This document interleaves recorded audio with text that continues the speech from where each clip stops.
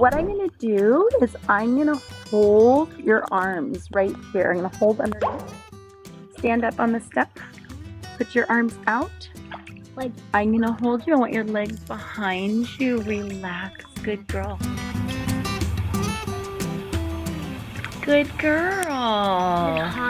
Now I'm gonna put my arm out, and you can put both of your hands on my arm.